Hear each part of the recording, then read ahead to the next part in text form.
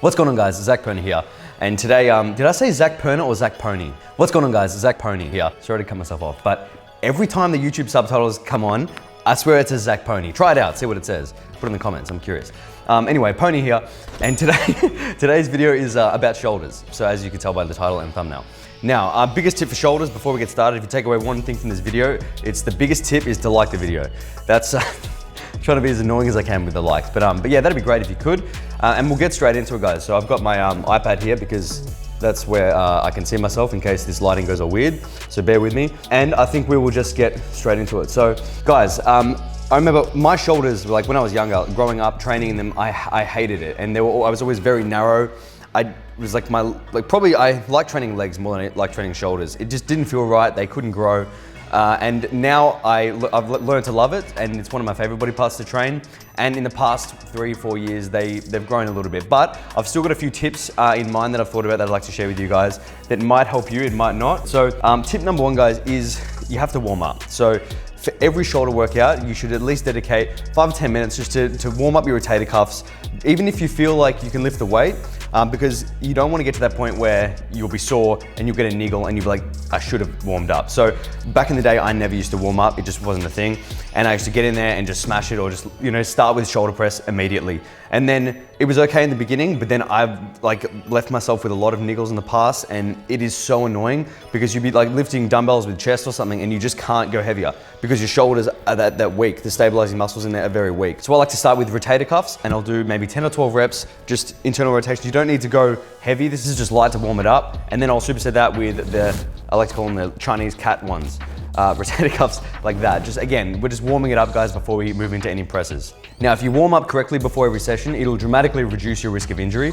And like I said, guys, prevention is key. So don't just jump straight into it. Always start off with a little bit of warm-ups. Okay, tip number 2 is to connect with the muscles. So this might sound like common sense, but for some people, it's not a thing yet. So to train your muscle, you need to connect with it. You need to know how it feels. So shoulders, for example, you've got your front delt, side delt, rear delt, and you need to know how to basically flex each individual one of those. So for example, when you're doing a shoulder press, say with dumbbells, do you know what it feels like to squeeze your side delt as opposed to your front? For example, the fronts take a lot in a dumbbell press.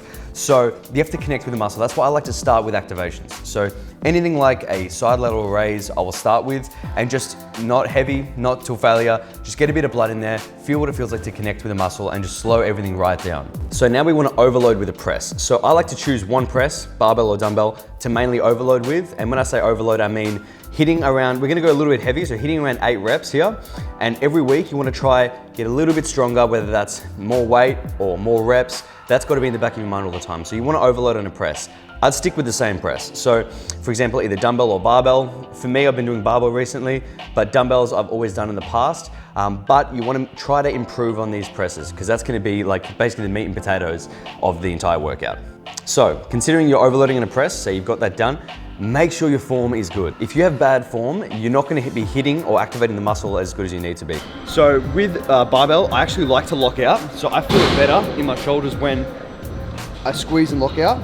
Whereas with dumbbells, it feels much better for me if I just come short of lockout. So depending on you and how it feels, if it hurts, don't do it. Something is clearly wrong, but try and take it through its full range of motion as best as you can. So like for example, with me, when I was younger, like 16, I would stop shoulder press, like with dumbbells, like probably there, I would stop shoulder press instead of coming all the way down here. And I did that for years. My shoulders didn't grow. And like I said, it felt really awkward coming down with dumbbells, and things just didn't feel right. The movement didn't feel good. And so I remember I actually saw a few like PTs in the past, and I remember I trained with Aaron Curtis once, and he's like, dude, come all the way down. I'm like, what? I've never done this. I went from shoulder pressing 30 kilo dumbbells to shoulder pressing 17s because I came all the way down and felt the stretch in my shoulder for the first time. So take the weight right down and get your form right, because you're gonna activate the muscles so much better, then you can overload them. So there's no point overloading your muscles when it's bad form, because all you're doing is just increasing the weight, say every week or every 2 weeks, but it's not activating the muscles as best as you can. So you'd be much better going all the way down, stretching it, squeezing, as opposed to just going tuck, tuck, doing those ones. So like I said, so form is key. So tip number 4 is to hit them with volume. So shoulders can actually take a fair bit of a beating. You can literally get your training partner to just get a bat or a golf club and just whack it for like 10, 15 minutes. and they'll be right. You might come up with a couple of bruises, but you know what? It's worth it. They can take an absolute beating. So what I mean by that is you can hit them with a lot of volume. They're about 50-50 fast to slow twitch, meaning that yes, the 6 to 8 reps are really good with a heavier weight, and then you can move on and just blast them with pump and reps. So that's like that metabolic stress type training, like really chase the pump, lactic acid. They respond pretty well to that. So what I like to do is I like to do giant sets as well as supersets in my workout and keep the rest times relatively short. So for example, I will do my presses and then I'll keep the rest times quite short after that when I start chasing a bit more pump. So here's one of my favorite triceps that I've been doing lately. We're doing a lying lateral raise and then gonna superset that with some dumbbell work as well.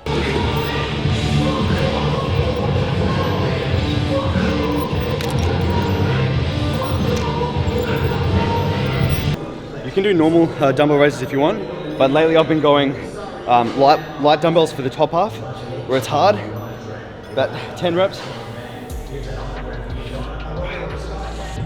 And then once you've done 10, grab some heavier dumbbells. And this is mainly working the bottom, so kind of partial reps. Swing, but lift with your elbows. So you shouldn't feel this in your arms too much. Just think about your elbows. Just halfway up.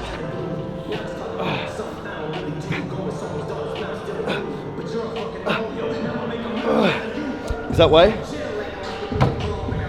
We're using like accommodating resistance, so we're using like where it's harder here.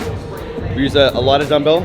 Where you can usually get a lot of swing, we use a heavier dumbbell. But if I was gonna do these straight sets, I could just use say 12s, but I might need to get a little bit of swing towards the end there.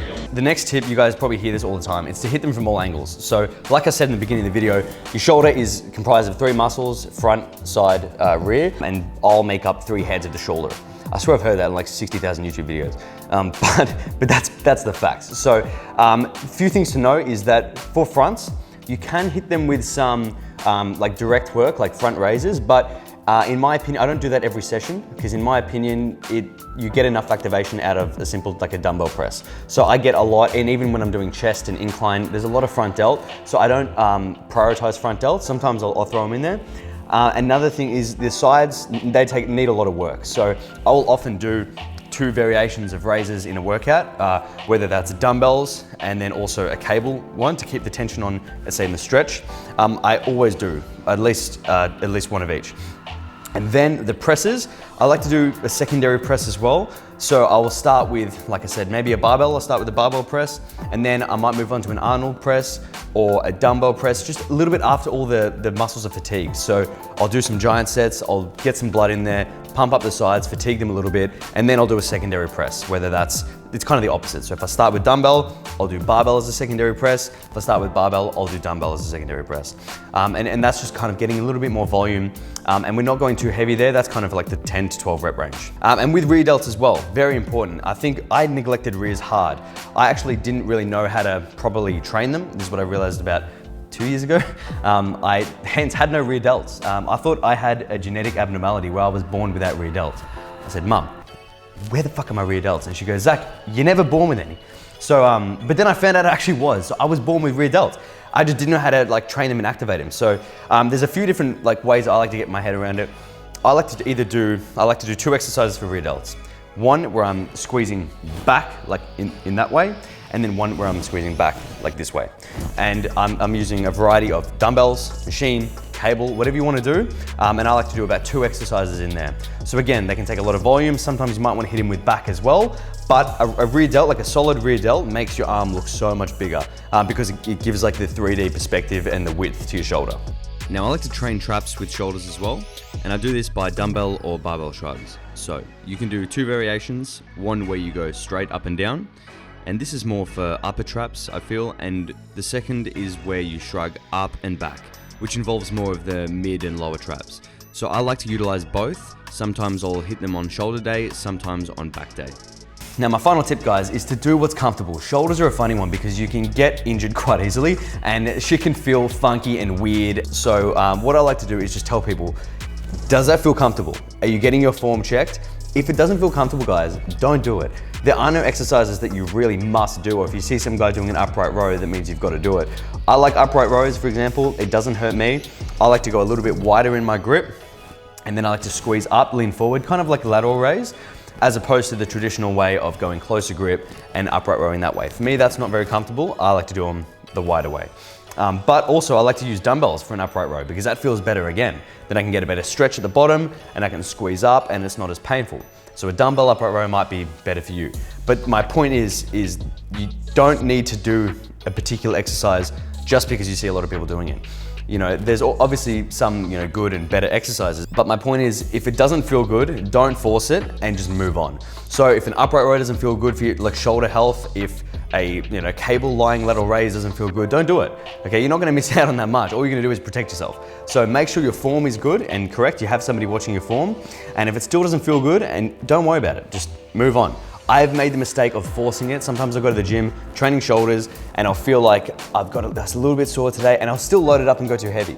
And what happens, it gets worse. So don't push it, guys. That's the main thing here, is not to push it. Listen to your body and hit them with volume. So if I could go overall on like my tips for the shoulders, I'd say punish them a fair bit. So have some sets in there where you're hitting 20, 30 reps plus, supersetting them. Frequency wise, I would aim to hit them twice a week if we're being real here, but just keep in mind your volume can't be too high. So you can't be doing like 30 sets in one workout, 30 sets 4 days later, because you're just gonna burn out and you're not gonna progress.